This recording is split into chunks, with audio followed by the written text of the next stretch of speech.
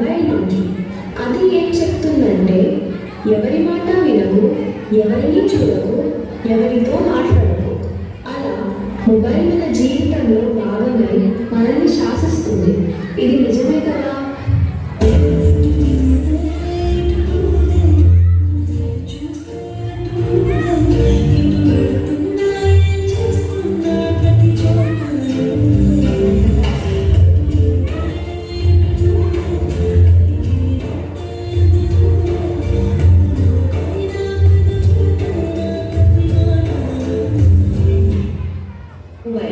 ఈ మొబైల్ లేకుండా మనం తినలేకపోతున్నాము, నిద్రపోలేకపోతున్నాము, ఎవరితో సమయాన్ని గడపలేకపోతున్నాము. అంతలా ఈ మొబైల్ మన జీవితాలని మార్చేసింది.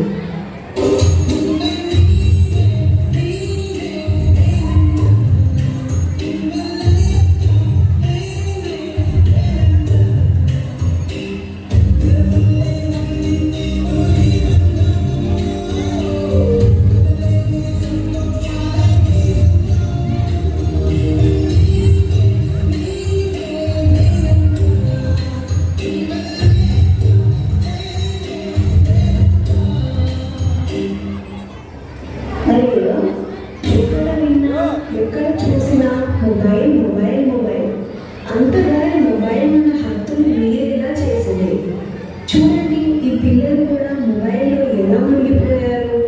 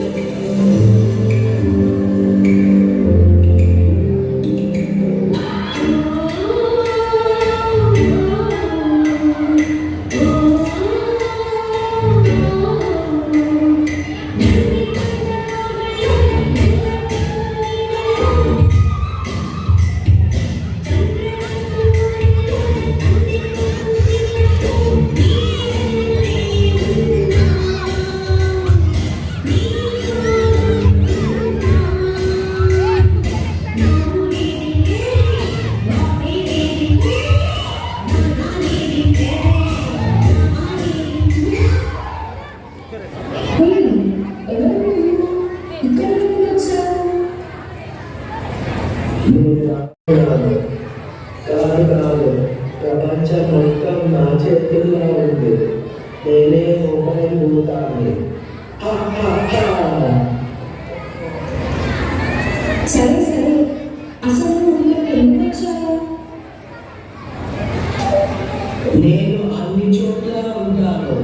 6 నెలల పిల్లవాడి నుంచి 60 ఏళ్ళ ముసలి వాళ్ళ వరకు, సూర్యోదయం నుండి తిరిగి సూర్యోదయం వరకు ప్రజలందరూ నేను చెప్పిందే వింటారు. నేను చెప్పిందే వేదం, నేను చేసిందే యోగం. కానీ మేము మొబైల్ ఫోన్లో ఇన్ఫర్మేషన్ చూస్తాము. అలాగే స్కూల్లో ఇచ్చిన హోంవర్క్ లేదా ప్రాజెక్ట్ వర్క్ని కంప్లీట్ చేస్తాము. అలాగే కొత్త కొత్త విషయాలు కూడా నేర్చుకుంటాము. నిజమే, మీరు ఇన్ఫర్మేషన్ కోసం నా దగ్గరికి వస్తారు. కానీ నేను మీకు అవసరం ఉన్నవి ఏమిటి అంటే షాపింగ్ అని, గేమ్స్ అని, పబ్జి, ఫ్రీ ఫైర్ ఇలా ఎన్నో చూపించి మిమ్మల్ని కట్టి పడేయగల సత్తా నాకు ఉంది. ఫేస్బుక్, ట్విట్టర్, ఇన్స్టాగ్రామ్ వీళ్ళందరూ నా అనుచరులు.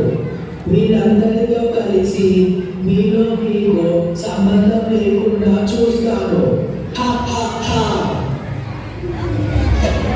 మీకు తెలుసా, నన్ను చూడడం వల్ల వచ్చే నష్టాలు ఎన్నో ఇప్పుడు చూద్దాం.